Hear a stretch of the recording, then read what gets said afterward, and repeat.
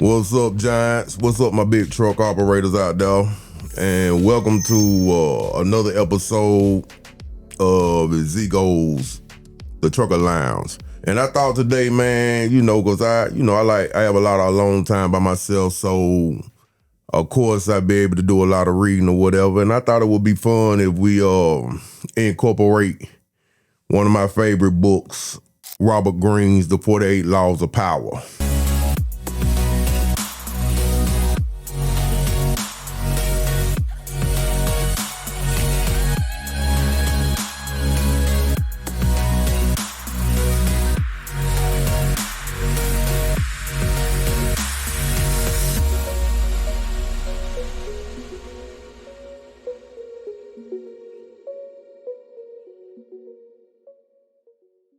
I'm going to try to put it together as it pertains to the trucking industry because, as you know, the trucking industry is not just a job. It's a battlefield. So, yeah, we're going to start off with, law number 1. And the first law is never outshine the master. When we're talking about the trucking industry, the masters are those who make the regulations and those who control the rates and things of that nature. You know, the brokers, the shippers, the big carriers, and even, the lawmakers. The people at the top, man, they the ones who set the rates. And so let's get real. Because this is a battlefield, those people are controlling the rates. And if they can get you to do it at the cheapest price possible, that's how they control the industry. The thing about it, when you're talking about, leveraging and things of that nature, you shouldn't try to outsmart the master. I mean, you shouldn't try to outshine the master. You should try to outsmart the master. So yeah, man, we gotta start, man. We gonna get trampled on, man, if we don't come together and start trying to figure out not how to outshine the powers that be, but outsmart them. Let me give you an example when you think that you're gonna outshine them. I gotta, like I said, I don't like to use names, but I got a lot of partners, a lot of brothers within who got their own trucks. And so it's a particular load that he used to take from one place to another. And he had one particular broker that used to give him, $1,500 to make that run. And so for whatever reason, on this particular day, another broker had this particular run and they wanted to pay him $700 to make that same run. And so with him going back and forth with him, he gonna say to the broker that was trying to pay him $700 for that load, like, man, I done did this load plenty of times, man. And you gotta be a fool if you think I'm gonna take that load for $700. I've been getting paid $1,500 for that load. You know what I mean? And he kind of, let that particular broker know that he knew more about that particular load than he ought to. And to make a long story short, further down the line, that broker basically don't blackball him from his particular company for him even trying to have access to loads in the future.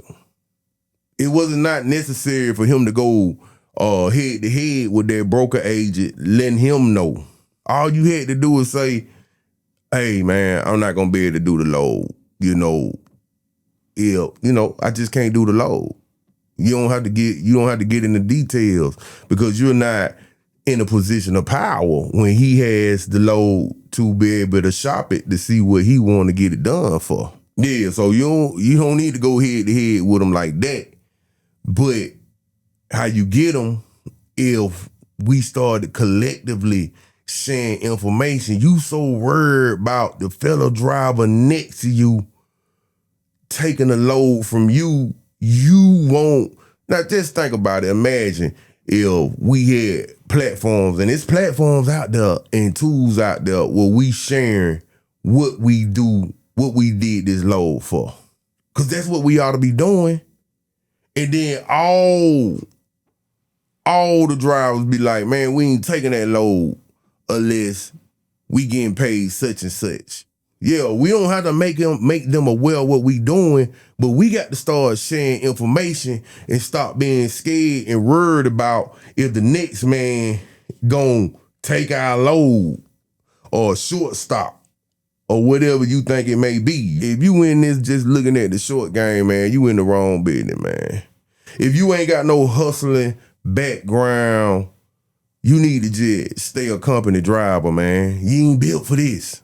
You ain't built for this, because when you talking about business, where do you think street dudes get it from? You looking at it, how cutthroat it is, how territorial it is when you see street politics or whatever like that, but they getting it from big business. You think big businesses don't try to cross each other out? You think big business don't murder each other for contracts? You think big business ain't pulling out all kind of tactics to make sure they secure the bag? We gonna have to start leveraging, man. We gonna have to start leveraging to be able to get back to big trucks, big profits, man. Because I don't know about you, man. I'm used to being a superstar. I can't be a superstar with my margins just being $1,500 a week, brother. Yeah, I'm used to getting into your favorite drinking establishment, your live entertainment. I'm used to getting in for free. I'm used to your favorite dancer ain't even working that night and she just in street clothes having a drink and see me walk through the door and they go back and put their clothes on. I'm used to getting my favorite pound cake on the other side of North Carolina, delivering into what you call it, a Ross's. And the lady that take me in and receive, you know what I'm saying, the BOL, she got a pound cake waiting for me and asking how long I'm gonna be in the area. And if you ain't trying to live on the top like that, you need to just be a company driver. You're not gonna accomplish this without applying law number 1. And that's not outshining the master. You gotta outsmart the master. And the only way we gonna do that is coming together, and we gotta start sharing information. The broker is not going to, I know the law passed where they gotta show what the shippers gave them that load for. We don't need them to do that. We could do that ourselves. If we post what we did the load for, then the man behind you know, hell no, I gotta have this. Because you gotta be out of your freaking mind if you think they building warehouses and distribution centers to put their product in there and know, if they don't know what it's gonna take, the price that they gonna pay before they move into their warehouse, how much they gonna pay to move that product. That don't move up and down day to day. They're not gonna build these big ass facilities up and down the expressway and they don't have a strong idea of what they gonna pay for that load. But you got the C.H. Robinsons of the world, the TQLs of the world, and they got millions, almost to the $1 billion generating a year. And you around here rolling with bald tires on your vessel, hoping that the weight station ain't open today.